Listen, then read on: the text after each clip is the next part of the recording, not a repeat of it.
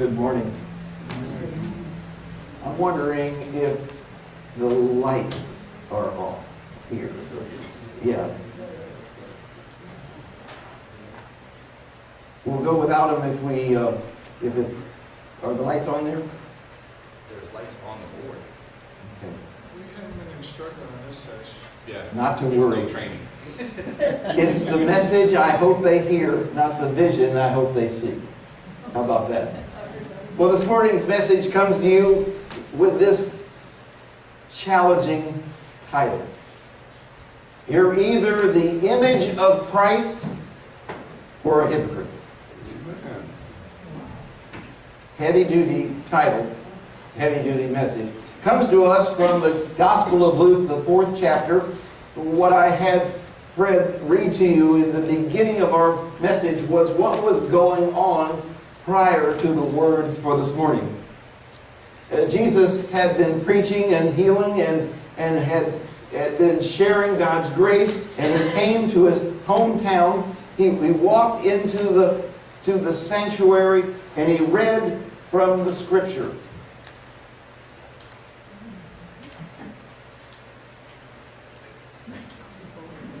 I tell you what, let's just... If you're out there somewhere. Jesus came to his hometown. I'm sure that we have all at one time or another come back to where we were from. And we were either received well or not, based on the choices that we were making and the chances we were taking. It seems like such a long time ago for me. It was like 24 years ago to be exact, and it was this time of year, and I was sitting in the sanctuary of this large church in my previous community that I had come back to visit.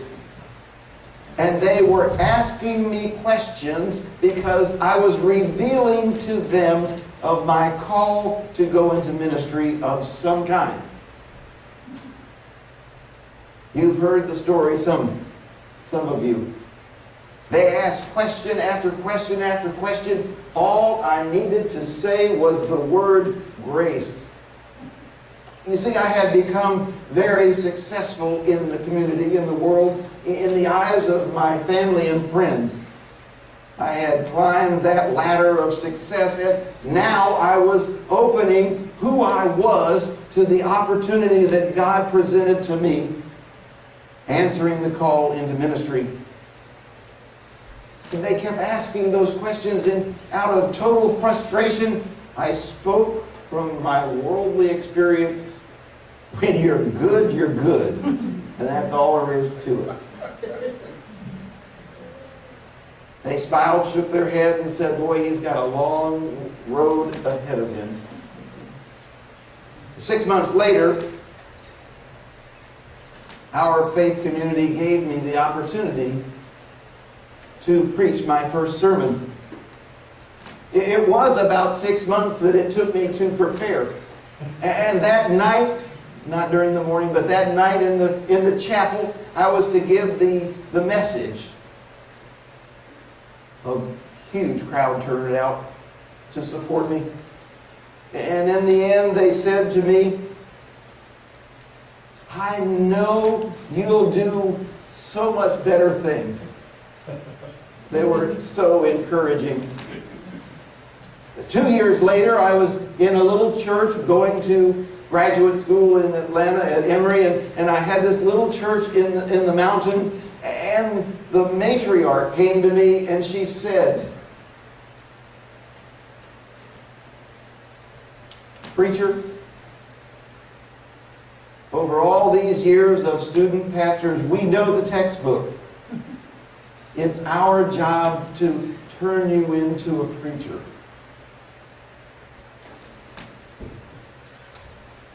We are all called to mirror the image of Christ in some way.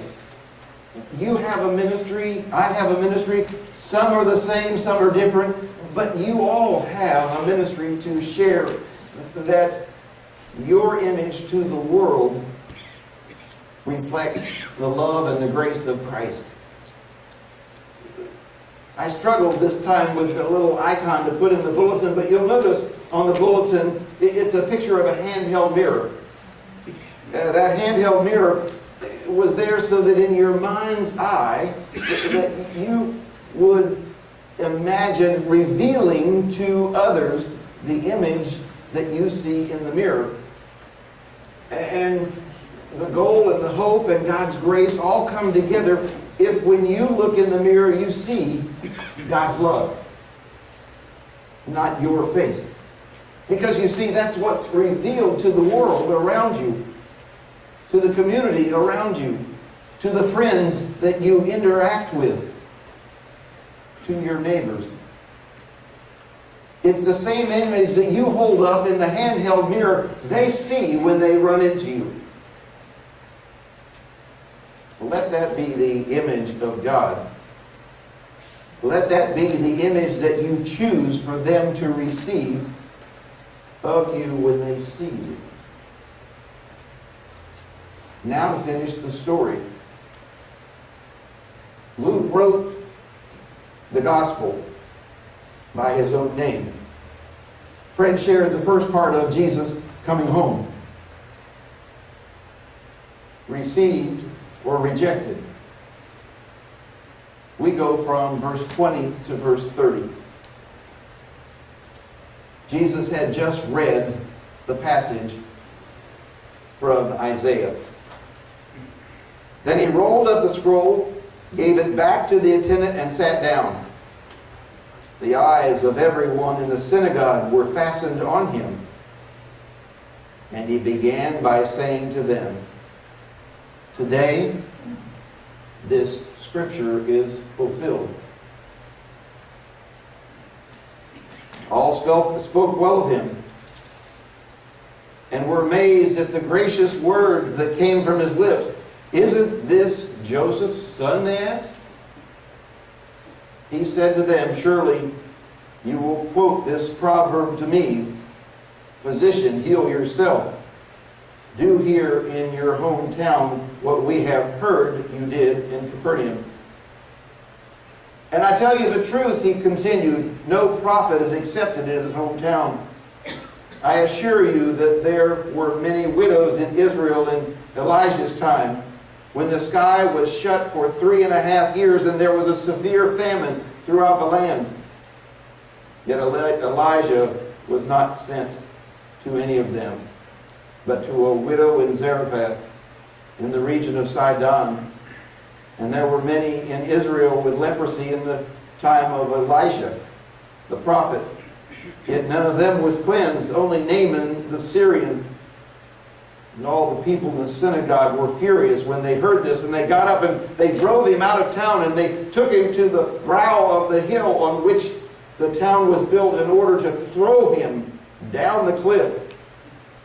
But he passed through the crowd and went on his way.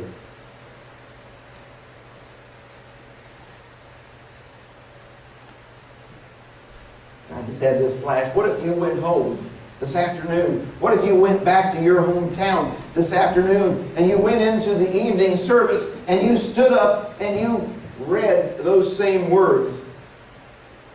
And you would say to the people of your birth, "And Jesus fulfilled this prophecy. And I am the image of Christ." Whoa, where'd that come from? I am the image of Christ. Would they take you on the hill to the cliff that the town was built upon to throw you over?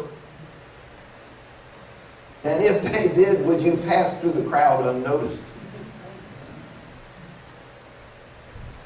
Do people see you as you see yourself? That's really the question we're asking this morning. Do you portray yourself in the way that you choose?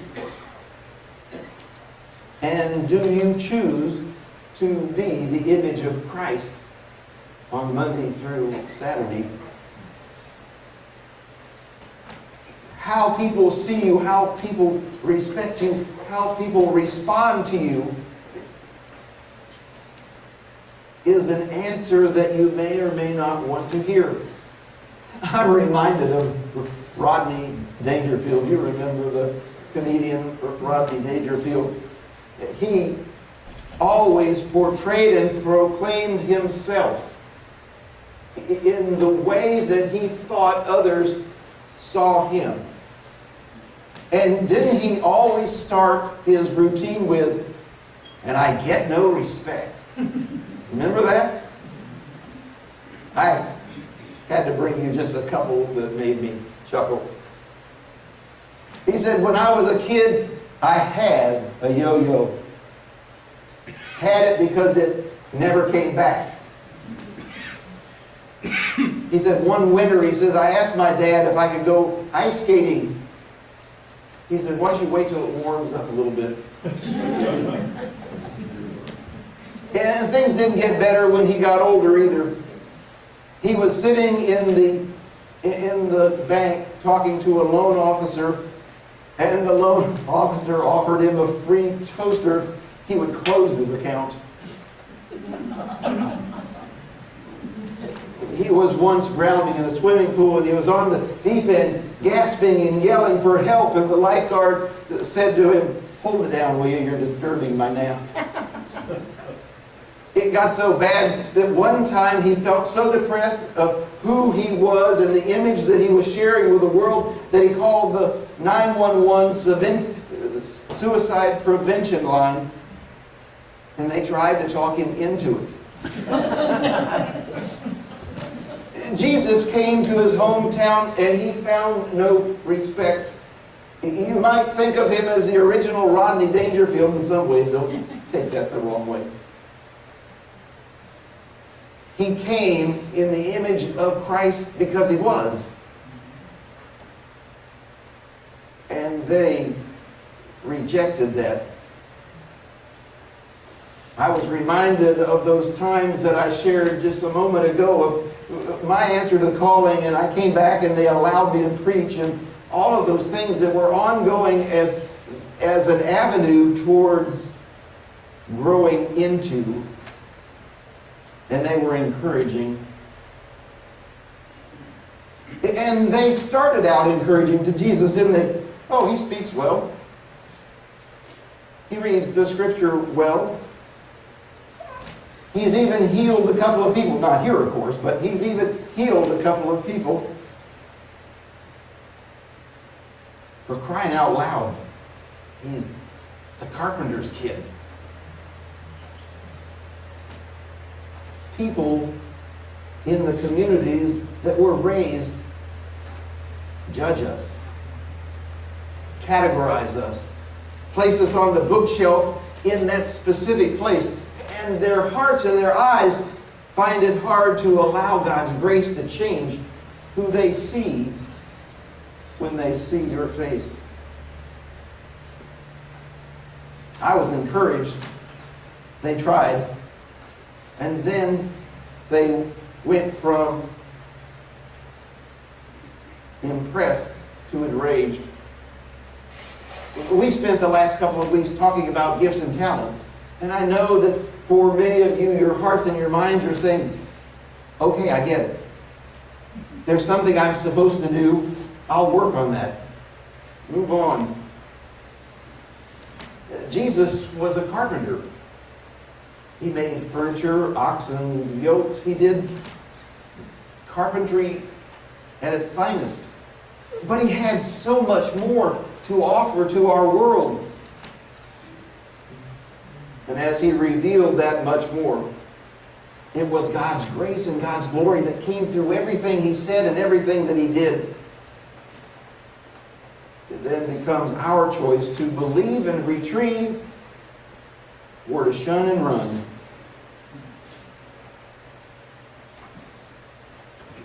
One of the neat things about being a pastor of a faith community, one of the blessings that I receive is to see people young and old mature into their faith journey.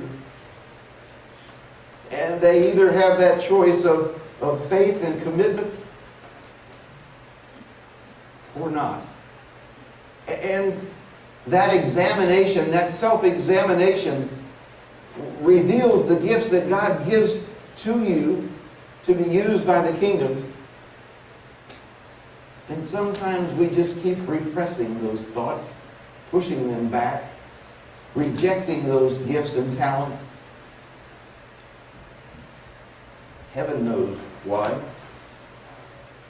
But it is a giant step for humankind for us to decide upon those gifts and talents and to offer them back to the kingdom. Our world is changing slowly. But more than ever before in the history of our world, our young people are finding this sense of self-esteem, believing in themselves, finding in themselves the abilities. Because you see, self-esteem is how we feel about ourselves.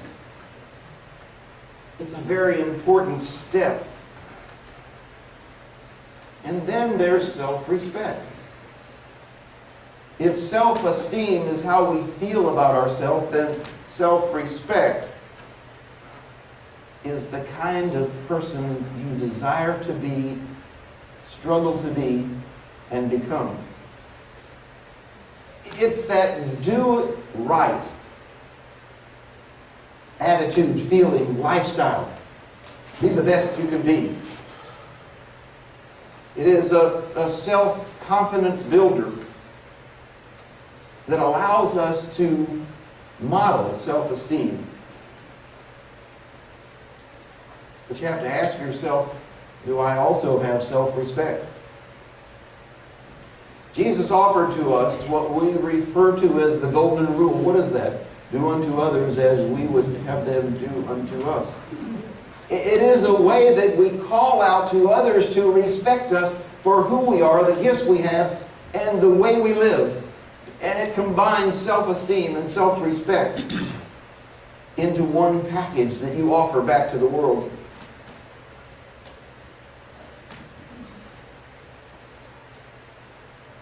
I chuckled with a little story I found. It may even relate to some of my roots of ancestors. He was a construction worker, and he went into the bank and he cashed a $100 check. Construction worker. And after he cashed the check, he asked the teller to validate his parking sticker. She goes, no. He said, but I just did business here. She said, for me to validate your parking sticker, you must have made a transaction. You just cashed the check. You have to make a deposit or something. And he goes, well, I am a large depositor in your bank. I just need the parking sticker validated for my parking in the lot. She said, no. He says, I want to talk to the manager. So she calls the manager over, and he explains to her, to the manager, that all he wants is a validation on his parking ticket, which was 60 cents. And he had cashed the check. And the manager said to him, no, it's policy of the bank. You have to make a transaction, and cashing a check is not a transaction. So the construction worker left. He was pretty miffed at what was going on. So the next day he went into the headquarters and he said, you have to know what happened. He told him the story, and he says, I expect a call from the manager apologizing. And he waited, and no call, and no call, and no call. And the next day he went into the bank and withdrew his $2 million that were in his account. We look to find respect in who we are. Jesus went back to his hometown to do the work of the kingdom with those he loved, just looking for a little respect. I'm reminded of something that Steve Martin said, the comedian Steve Martin. He said, be so good that they can't ignore you. You know, that has roots. That can stick with you long after this morning. Be so good that they can't ignore you. That doesn't sound quite as arrogant as my earlier statement, I don't believe, but be so good that they can't ignore you. Okay, pop quiz, I have a name. Do you know who Frederick Bartholdi is? You have to go back in your history lessons. Bartholdi. B-A-R-T-H-O-L-D-I. Frederick. He was the sculptor that created the Statue of Liberty and then gave it to the United States of America. He was an incredible artist. The Statue of Liberty is 180 feet tall, and from head to toe, the detail is remarkable. From the folds in the robe to the crown that she wears and the hair on the head. He created the Statue of Liberty in 1886. Long before drones with cameras, helicopters, 180 feet tall. Who would know if she even had hair? 180 feet into the air.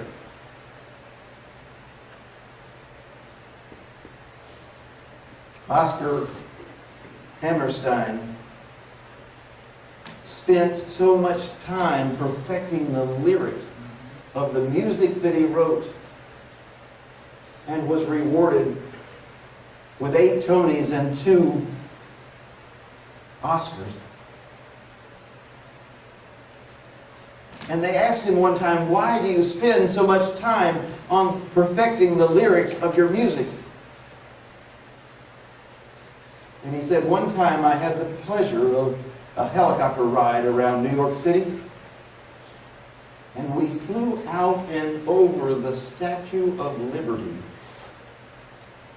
And I could see the strands of hair that made up the hairdo of Lady Liberty. I was impressed so much by the detail of Frederick that it changed my whole way of looking at life.